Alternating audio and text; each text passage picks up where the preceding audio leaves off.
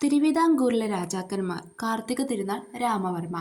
തിരുവിതാംകൂറിന്റെ രണ്ടാമത്തെ രാജാവ്. കൂടുതൽ കാലം തിരുവിതാംകൂർ ഭരിച്ച രാജാവ് കാർത്തിക തിരുനാൾ രാമവർമ്മയാണ്. ധർമ്മരാജ, കിഴവൻ രാജ, തൃപ്പാപ്പൂർ മൂപ്പൻ, ചെറുവായൂർ മൂപ്പൻ എന്നിങ്ങനെ കാർത്തിക തിരുനാളിനെ അറിയപ്പെടുന്നു.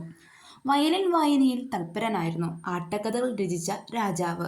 ഭരതമുനിയുടെ നാട്യശാസ്ത്രത്തെ ആസ്പദമാക്കി ധർമ്മരാജ രചിച്ച കൃതി ബാലരാമഭാരതം.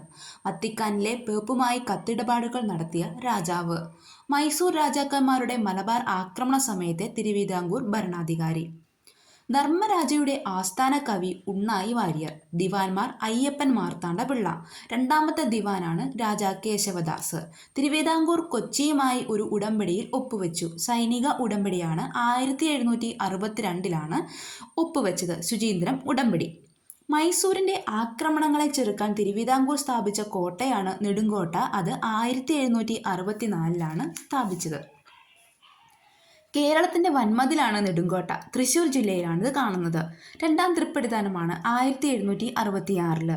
ഡച്ചുകാരിൽ നിന്നും കോട്ടകൾ 1789 വിലയ്ക്ക് മേടിച്ചു.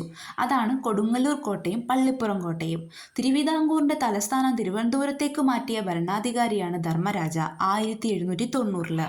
ശ്രീ പത്മനാഭ ക്ഷേത്രത്തിലെ സപ്തസ്വര മണ്ഡപം പണികഴിപ്പിച്ച ഭരണാധികാരിയാണ് ധർമ്മരാജ. കഥകളിയെ പ്രോത്സാഹിപ്പിക്കാൻ വേണ്ടി തെക്കൻ കളരിയും സ്ഥാപിച്ചു. കിഴക്കേക്കോട്ടയും പടിഞ്ഞാറേക്കോട്ടയും സ്ഥാപിച്ചത് ധർമ്മരാജയാണ്. വർക്കല നഗരത്തിന്റെ ശില്പിയാണ് അയ്യപ്പൻ മാർത്താണ്ഡപിള്ള. അദ്ദേഹം ദിവാനാണ്.